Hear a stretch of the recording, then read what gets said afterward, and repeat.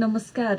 Radio इन्द्रेणीको समाचारमूलक बिहानी प्रस्तुति radio पत्रिका हाम्रो परिवेशमा सहकर्मी छविपुरीसँगै लक्ष्मी केसीको यहाँलाई हार्दिक स्वागत छ। इन्द्रेणी एफएम 92.4 मेगाहर्जबाट उत्पादन तथा प्रसारण भइरहेको हाम्रो परिवेशमा हामी विभिन्न समाचारहरूका साथ उपस्थित भएका छौं।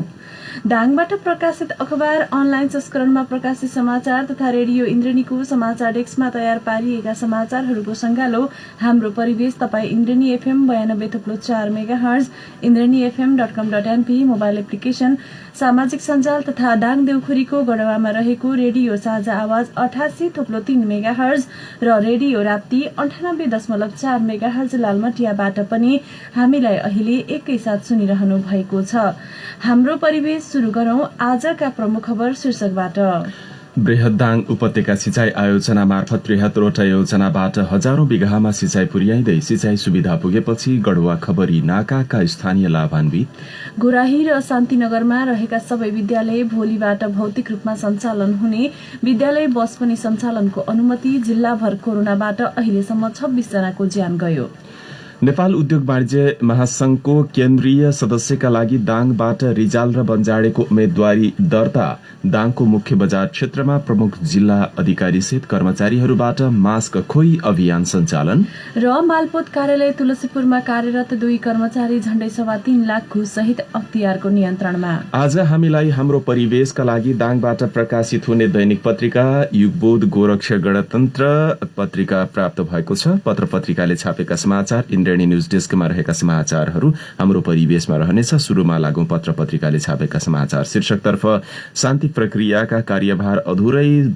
शान्ति प्रक्रियाको दस्तावेजमा हस्ताक्षर भएको हिजो 14 वर्ष पूरा भएको छ। 15 वर्ष लागेको छ। द्वन्द्व पीड़ितका समस्या भने समाधान हुन नसकेको छ। यो समाचार युगबोध दैनिकले पहिलो पृष्ठमा प्रकाशित गरेको छ। कोरोना संक्रमणका कारण दाङमा मात्रै 26 जनाको अहिलेसम्म मृत्यु भएको छ। कोराही र तुलसीपुर उपमहानगरपालिकाका 10-10 जनाको र अन्य पालिकाका गरी 6 जनाको मृत्यु भएको छ। बृहत दाङ उपत्यका सिंचाई आयोजना मार्फत विभिन्न 73वटा योजनाबाट हजारौं बिघामा सिंचाई सुविधा पुर्याउने लक्ष्यका साथ काम भइरहेको छ।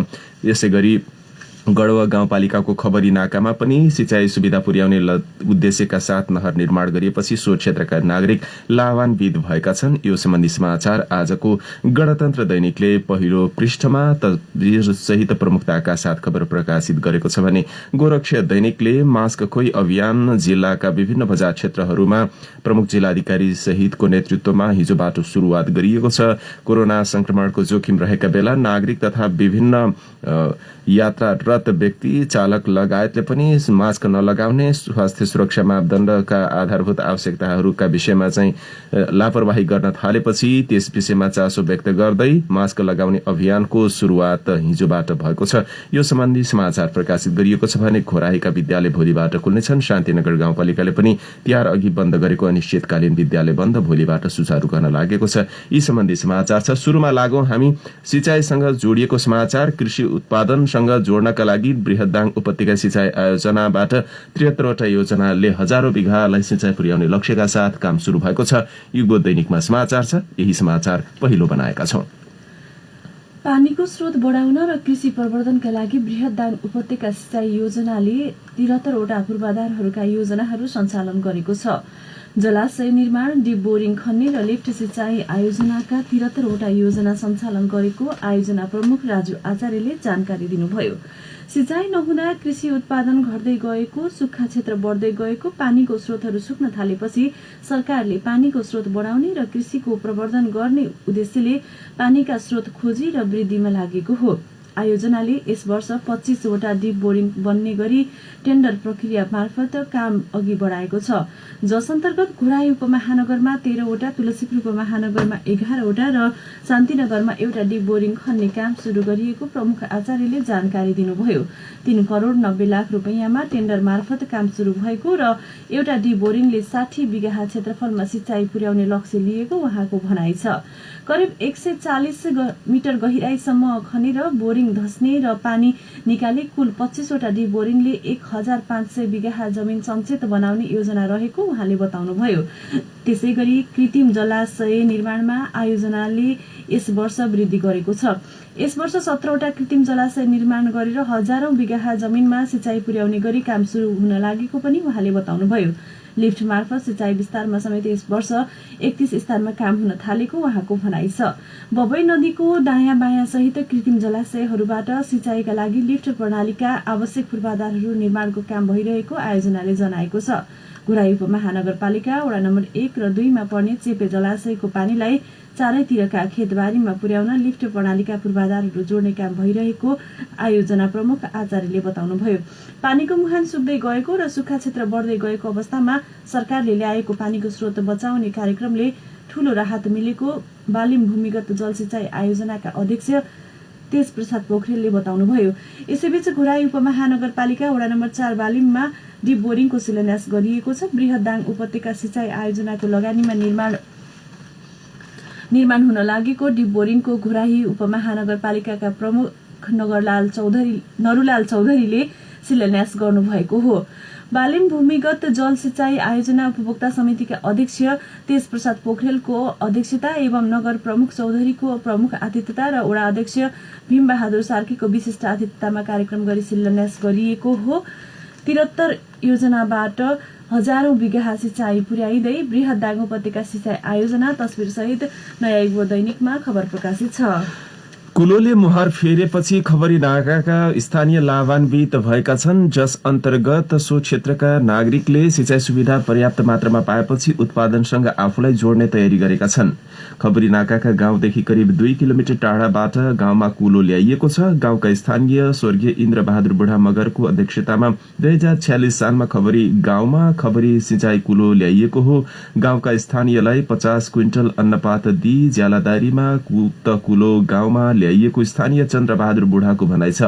अहिले ओडाको 6 लाख बजेटमा उक्त खबरी सिँचाइ कुलोको नहर मर्मत समेत भएको छ। 27 घरधुरी संख्या यही कुलोमा आश्रित छ।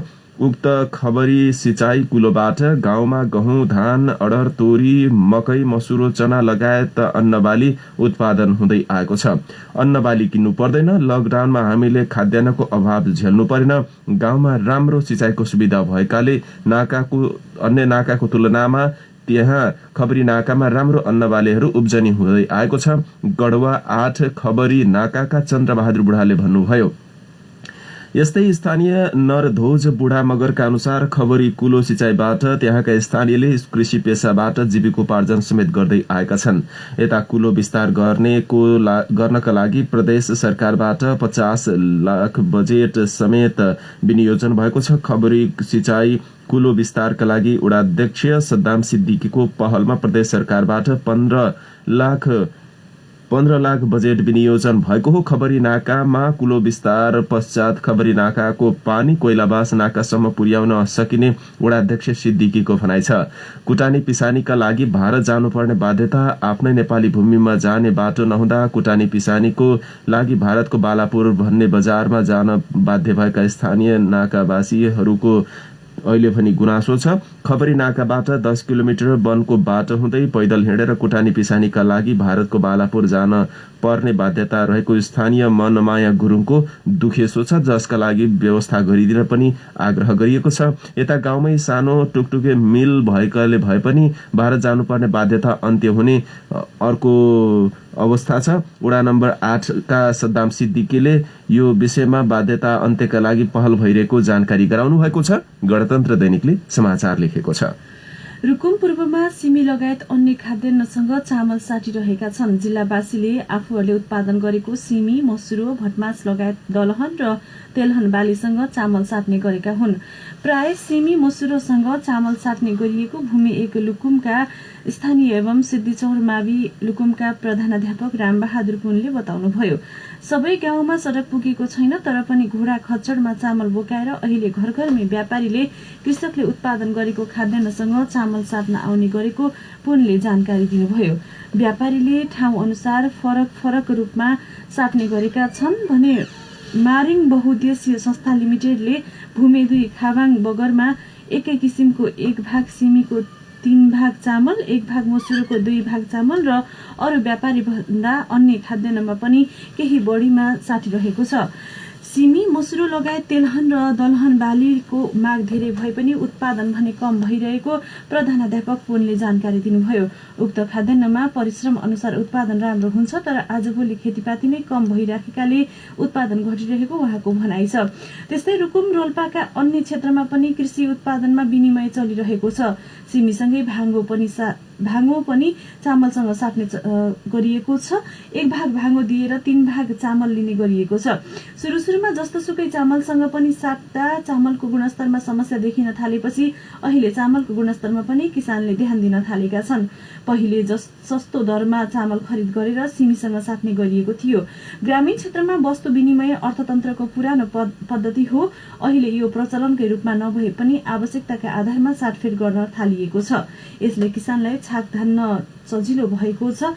तराईका जिल्लामा उत्पादन भएको चामल पहाड पुग्दासम्म महँगो हुने गरेको पहाडी किसानका लागि चामल खरिद गर्न महँगो पर्छ। अब चामल सिमीसँग साटफेट गर्दा पहाडका किसानलाई तराईकै अनुभूति हुन थालेको छ। गंगादेव 2 रोल्पाका स्थानीय अगुवा रत्नबहादुर ओलीले भन्नुभयो। ग्रामीण क्षेत्रमा कृषि उत्पादनमा विनिमय, 1 भाग सिमी, 3 भाग चामल। तस्बिर सहित नयाँ युग दैनिकमा खबर प्रकाशित छ। चैत्र यता बन्द रहेका विद्यालय, सरकारले विभिन्न विकल्प अपनाउँदै सिकाइ सहजीकरण प्रक्रियाका विकल्प माध्यमबाट पठन पाठनको सुचारू गर्न असोजबाट प्रारम्भ गरे पनि कोरोना महामारीका कारण केही पालिकाहरूले विद्यालय बन्द गरेका थिए। दशैं तिहार लक्षित विद्यालय बन्द भएका विद्यालय केही पालिकाले भोलिबाट सुचारू गर्दैछन्। यता दाङको घोराही उपमहानगरपालिका र शान्तिनगर गाउँपालिकाले पनि भोलिबाट विद्यालय भौतिक रूपमै सञ्चालनको तयारी गरेको छ।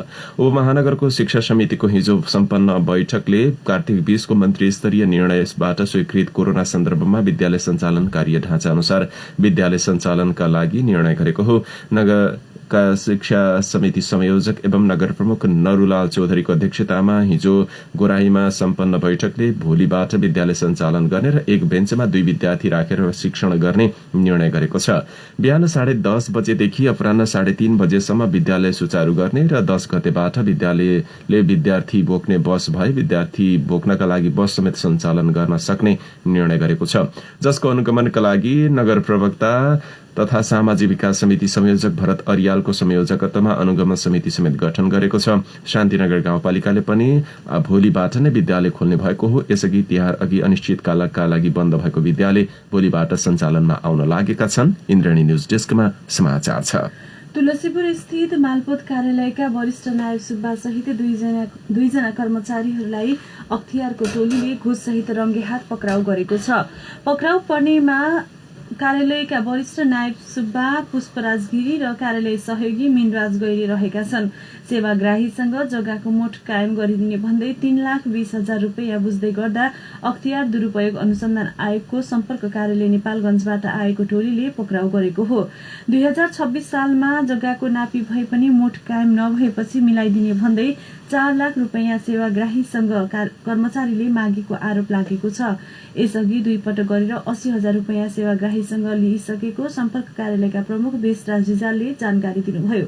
पक्राउ परेका दुवैजनालाई नेपालगञ्ज लगिएको छ। मोठ कायम सम्पन्न भएपछि दिने भने पनि कर्मचारीले काम सम्पन्न गर्नु अघि नै मागेपछि सेवाग्राहीले शुक्रबार पैसा बुझाउन लागेका थिए। स्रोतका अनुसार अख्तियारले 4 महिनादेखि मालपोतका कर्मचारीको पीछा गर्दै आएको थियो। पक्राउ परेका कर्मचारी गाडीमा हाल्दै गर्दा रोएका थिए। मालपोतका 2 कर्मचारी घुस लिँदै गर्दा पक्राउ। तस्बिर सहित नयाँ युग दैनिकमा खबर छ।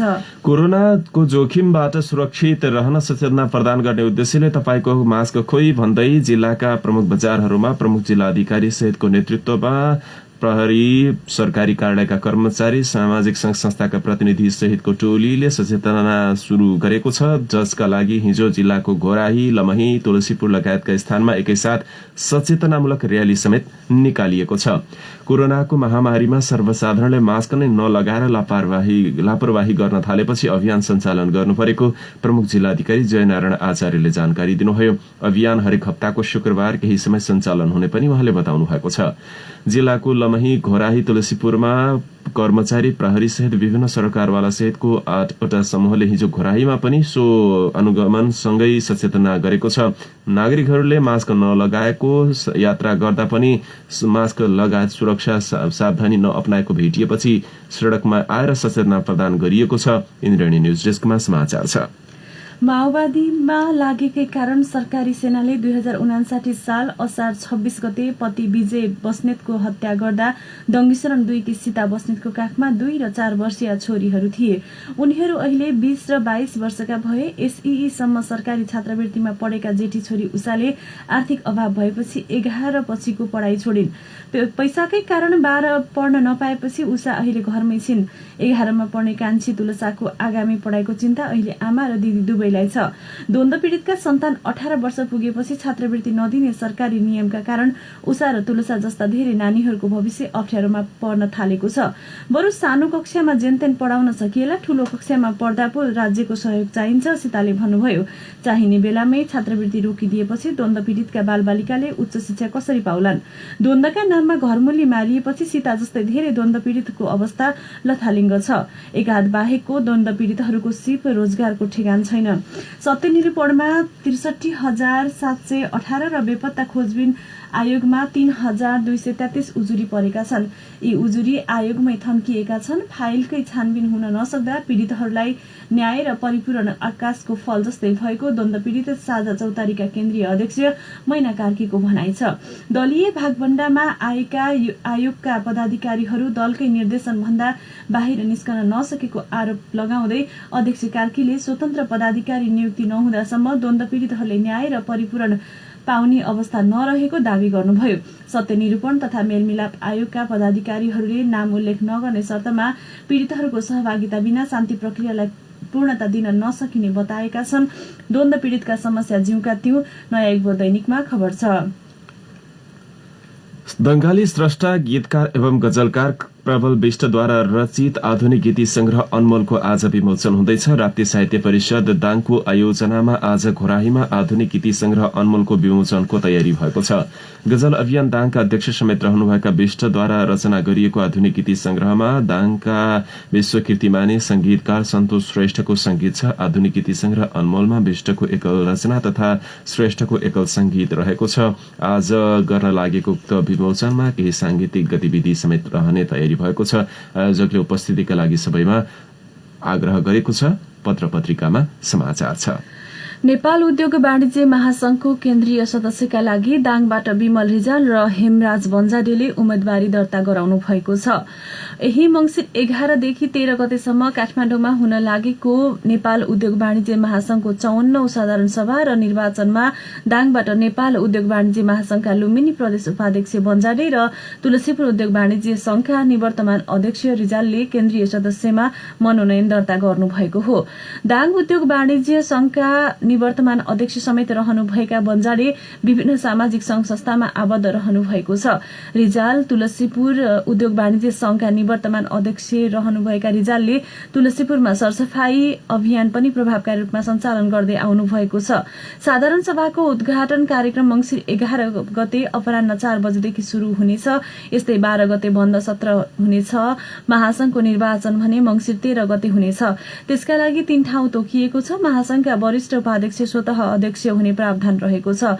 यसकारण वरिष्ठ उपाध्यक्ष उपाध्यक्षहरू पदाधिकारी र केन्द्रीय सदस्य गरी 25 जना निर्वाचित हुनेछन्। लुम्बिनी प्रदेशको 12 जिल्लाबाट 20 वटा उद्योग वाणिज्य संघले मतदान गर्न पाउनेछ।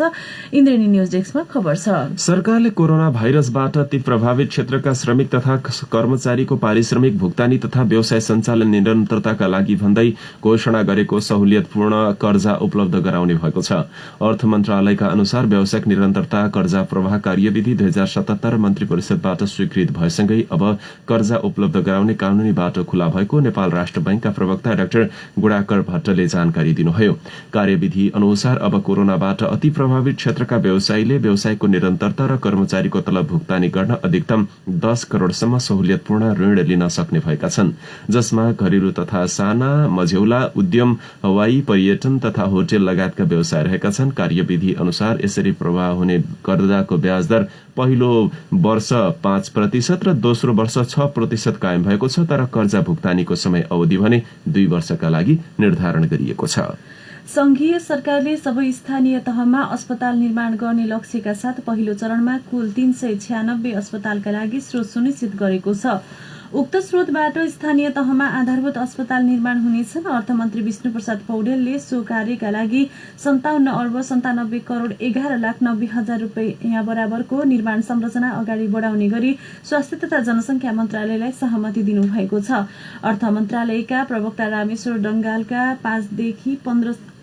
ढङ्गालले 5देखि 15 शैय्याका आधारभूत अस्पताल 2 वर्षभित्र निर्माण सम्पन्न गर्ने गरी बहुवर्षीय ठेक्का प्रक्रिया अघि बढाउन अर्थ मन्त्रालयले सहमति दिने निर्णय गरेको बताउनुभयो। यसरी कायम हुने रकम स्वास्थ्य मन्त्रालयको वार्षिक बजेटमा समावेश गरी स्थानीय तहमा सशर्त अनुदानका रूपमा उपलब्ध गराइनेछ। अर्थ मन्त्रालयले स्थानीय तहमा आधारभूत अस्पताल निर्माणका लागि यसअघि 6 अर्ब 12 करोड 26 लाख रुपैयाँ स्थानीय तहमा पठाइसकेको छ। गोरक्ष दैनिकमा खबर छ। देशभरबाट 6,81,000 युवा बेरोजगारको सूचीमा परेका छन्। श्रम रोजगार तथा सामाजिक सुरक्षा मन्त्रालयका अनुसार असोजदेखि हिजोसम्म प्रधानमन्त्री रोजगार कार्यक्रममा आबद्ध हुन त्यो संख्यामा बेरोजगार युवाले आवेदन भरेका हुन्। आउँदो मंसिर 15 गतेसम्म यो संख्या अझै बढ्न सक्ने अनुमान गरिएको छ।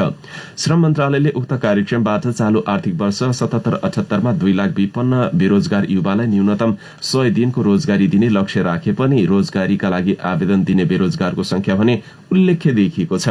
कोरोना महामारीका कारण वैदेशिक रोजगारी तथा देशभित्रै पनि हजारौंको संख्यामा नेपाली श्रमिकले रोजगारी गुमाएकाले बेरोजगारको संख्या उल्लेख्य देखिएको, तर बेरोजगार संख्या कति छ र रोजगारी कसले कति ठाउँमा कति गुमाए भन्ने बारे कहीँ कसैसँग तथ्याङ्क छैन। श्रम मन्त्रालयले स्थानीय तहमा खटिएका रोजगार संयोजकबाट संकलन गरेको तथ्याङ्क अनुसार यो संख्या बेरोजगार युवाले रोजगारीका लागि आवेदन दिएको आधारमा सूचीकृत गरिएको छ। 14औं महाधिवेशन केन्द्रित क्रियाशील सदस्यलाई टुङ्गोमा पुर्याउने कसरतमा जुटेको नेपाली कंग्रेसले 25 दिनभित्र नवीकरण तथा नयाँ वितरण भएका क्रियाशील सदस्यहरूको सूची केन्द्रमा पठाउन सम्पूर्ण जिल्लाहरूलाई निर्देशन दिएको छ। पार्टी मुख्य सचिव कृष्ण पौडेलले 77 वटा जिल्लाका सभापतिहरूलाई यही मंसिर मसान्तभित्र क्रियाशील सदस्यहरूको सूची केन्द्रमा पठाउन पत्राचार गरिएको जानकारी दिनुभयो। गएको कार्तिक 28 गते सम्पन्न भएको केन्द्रीय कार्यसमिति बैठकको निर्णय बमोजिम जिल्ला सभापतिहरूलाई निर्देशन दिने काम भएको हो। केन्द्रीय सदस्य अर्जुन जोशीका अनुसार सदस्यहरूको सूची केन्द्रमा आइसके पश्चात महाधिवेशन कार्यतालिका हेरफेर गर्ने विषयमा पुनः केन्द्रीय कार्यसमिति बैठक बसेर छलफल गर्ने सहमति संस्थापन र इतर पक्षबीच भएको छ। पार्टीले सदस्यता वितरण तथा नवीकरण कामलाई तीव्रता दिन तल्ला तहका संरचनालाई निर्देशन दिइसकेको मुख्य सचिव पौडेलले जानकारी दिनुभयो। कंग्रेसले 14औं महाधिवेशनमा क्रियाशील सदस्यको संख्यामा दोब्बरले वृद्धि गरेर 10 लाख पुर्याउने तयारी गरेको छ। यसअघि निर्धारण गरिएको कार्यतालिका अनुसार भदौ मसान्तभित्र क्रियाशील सदस्यहरूको सूची केन्द्रमा पठाउने पार्टीको तयारी थियो। इन्द्रेणी न्यूज डेस्कमा खबर छ। नेपालीहरूको महान चाड दशैं तिहार सकिए लगत्तै दाङ लगायत आसपासका जिल्लामा कृषकहरू यति बेला गहुँ छर्ने काममा व्यस्त छन्। कहीँ गहुँ छरी समेत सकिएको छ। कार्तिक महिनाको पहिलो सातादेखि मंसिर अन्तिमसम्म दाङका किसानहरू गहुँ छर्ने काममा व्यस्त हुन्छन्। किसानलाई विशेष गरी हिउँदे बाली, गहुँ, जौ सहित मसुरो, चना लगायत बाली लगाउँदा चटारो परेको छ। कोरोना महामारीका कारण कृषि क्षेत्र प्रभावित बनिरहेको अवस्थामा सरकारले तत्काल रासायनिक मल र बिउ उपलब्ध गराउन नसक्दा कृषकहरू थप प्रभावित बनेको उनीहरूको गुनासो छ। यता समयमै पानी परेकाले जिल्लामा यस वर्ष गहुँ उत्पादनमा वृद्धि हुने अनुमान गरिएको कृषि ज्ञान केन्द्र दाङका अर्थविज्ञ तथा सूचना अधिकारी उमेश चन्द्र श्रेष्ठले बताउनुभयो। यस वर्ष समयमै पानी पर्यो, धेरै किसानले मल बिउ भने झैं समयमा पाउनुभयो। त्यसले गर्दा गत वर्ष भन्दा यस वर्ष उत्पादनमा वृद्धि हुने अनुमान गरिएको छ। जिल्लामा गत वर्ष 23,458 हेक्टर जमिनमा 35,656 मेट्रिक टन गहुँ उत्पादन भएको उहाँले बताउनुभयो। कोरोना महामारीका कारण यस वर्ष धेरै युवाहरू स्वदेशमै छन्। गत वर्षको तुलनामा यस वर्ष गहुँ उत्पादनमा वृद्धि हुने कार्यालयले अनुमान गरे पनि तर यस वर्ष कति हेक्टर जमिनमा गहुँ खेती हुँदैछ भन्ने तथ्याङ्क संकलन भइ नसकेको उहाँको भनाइ छ। उहाँका अनुसार कार्यालयको तथ्याङ्क हेर्दा प्रति हेक्टर जमिनमा 1.51 मेट्रिक टन गहुँ उत्पादन हुने गर्दछ। कृषि ज्ञान केन्द्र दाङका अनुसार पछिल्लो समय गहुँ खेती गर्ने किसानको संख्या वृद्धि हुँदै गएको छ। गहुँ यहाँको दोस्रो अन्न बाली हो। यसपटक दाङमा धान उत्पादनमा समेत वृद्धि भएको छ। गणतन्त्र दैनिकले समाचार लेखेको छ। यिनै विविध समाचारहरूका साथ हामी हाम्रो परिवेशको अन्त्यमा आइपुगेका छौं। अब जाँदा जाँदै प्रमुख समाचार शीर्षक फेरि एकपटक। बृहत दाङ उपत्यका सिंचाई आयोजना मार्फत 73वटा योजनाबाट हजारौं बिघामा सिंचाई पुर्याइँदै सिंचाई सुविधा पुगेपछि गढवा खबरीका स्थानीय लाभान्वित। गोराही र शान्तिनगरमा रहेका सबै विद्यालय भोलिबाट भौतिक रूपमा सञ्चालन हुने। विद्यालय बस पनि सञ्चालनको अनुमति। जिल्लाभर कोरोनाबाट अहिलेसम्म 26 जनाको ज्यान गयो। नेपाल उद्योग वाणिज्य महासंघको केन्द्रीय सदस्यका लागि दाङबाट रिजाल र बन्जाडेको उम्मेद्वारी दर्ता। दाङको मुख्य बजार क्षेत्रमा प्रमुख जिल्लाधिकारी सहित कर्मचारीहरूबाट मास्क खोई अभियान सञ्चालन। र मालपोत कार्यालय तुलसीपुरमा कार्यरत 2 कर्मचारी झण्डै 3.25 लाख घुस सहित अख्तियारको नियन्त्रणमा। हवस् त, हाम्रो परिवेशको समय सकियो। हामीलाई सुनेर साथ दिनुहुने यहाँहरू सबै श्रोतालाई धेरै धन्यवाद। सहकर्मी लक्ष्मी केसी अनि म छवि पुरी आज्ञा माग्छौं। नमस्कार।